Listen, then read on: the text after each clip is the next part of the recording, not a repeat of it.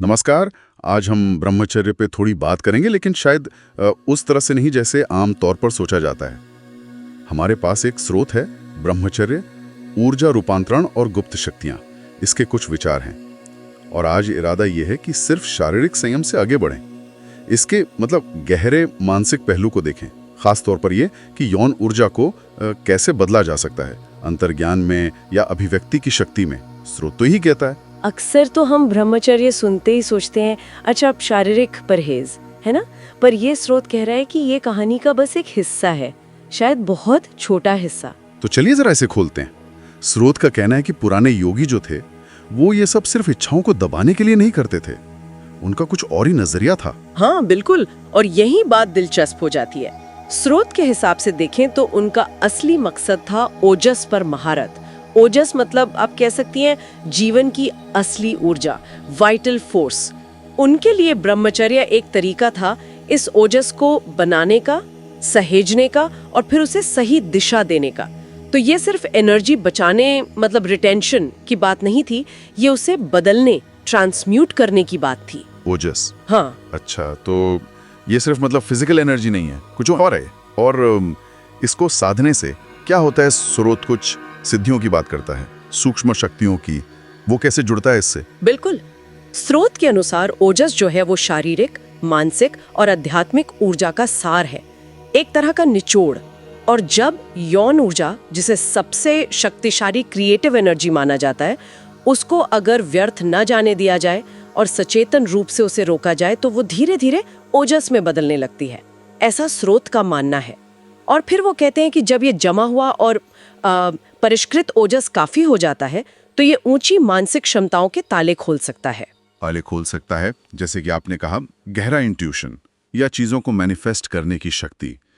ये तो सुनने में काफी असाधारण लगता है। ये जो बदलने की प्रक्रिया है, ट्रांसम्यूटेशन जिसे कह रहे हैं, स्रोत इसके बारे में क्या बताता है? ये सिर्फ रोकने यानी रिटेंशन से अलग कैसे है? हाँ देखिए, यहीं पे फर्क साफ होता है। स्रोत इस बात पर जोर देता है कि ये दमन नहीं है, सिर्फ रोकना नहीं है, ये है रूपांतरण, ट्रांसम्यूटेशन।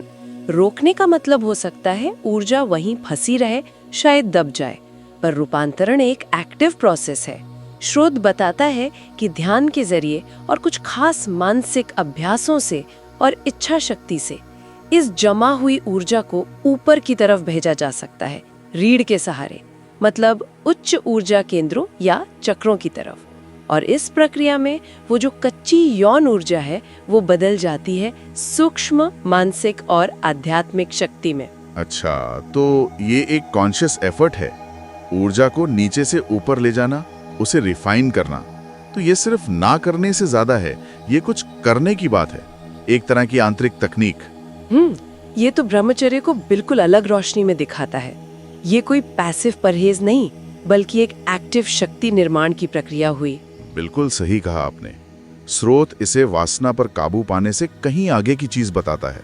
ये एक विधि है जीवन ऊर्जा को कंट्रोल करके उसे ऊंचे मकसद के लिए इस्तेमाल करने की, जैसे कि आत्मज्ञान पाना, क्रिएटिविटी बढ़ाना, मानसिक स्पष्टता और हाँ, जैसा स्रोत दावा करता है, यहाँ तक कि सिद्धियां या असाधारण क्षमताएं पाना। तो अगर हम संक्षेप में कहें, ये स्रोत ब्रह्मचर्य को एक ऐसे तरीके की तरह देख रहा है जिससे जीवन ऊर्जा यानी ओजस को बचाया जाए और बदला जाए, जिससे कथित तौर पर छिपी हुई मानसिक और आध्यात्मिक शक्तियां जाग सकती हैं। हाँ, मूल विचार यही है, एकदम सही।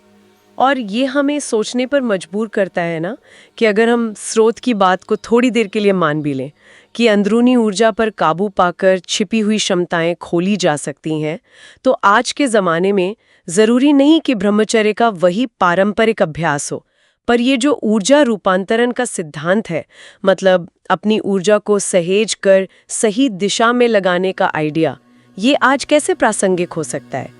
ये अपने आप में एक गहरा सवाल है जिस पर सोचा जा सकता है।